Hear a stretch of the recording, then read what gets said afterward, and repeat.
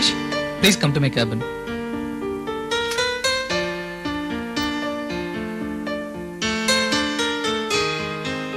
Sir?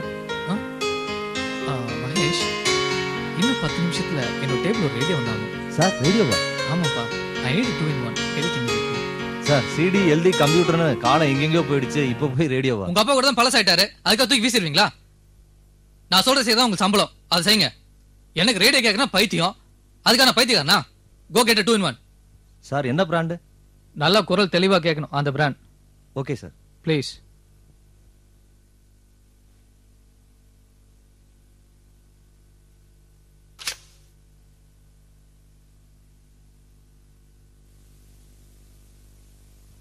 Hello, radio station madam.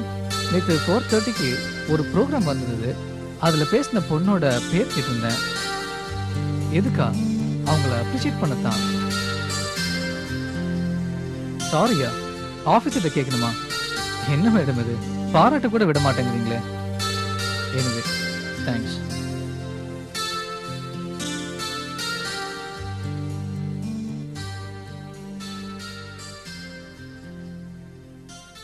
Mahesh, சீக்கிரமா வாங்க, program start ஆக போகுது.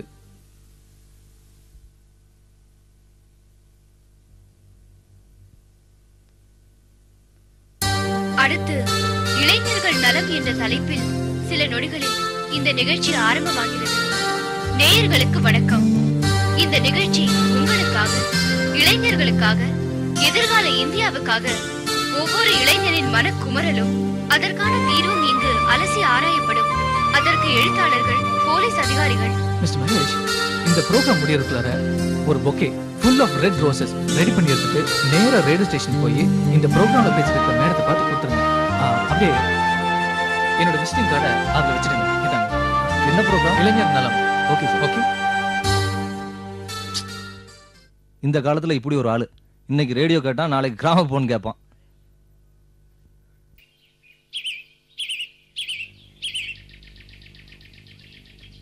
ஹாய் ஹாய் வைதிகி, நீயா? எப்படி தெரியுது? அது தெரியுது. கடை எல்லாரும் சினிமா போகணும்னு சொன்னாங்க.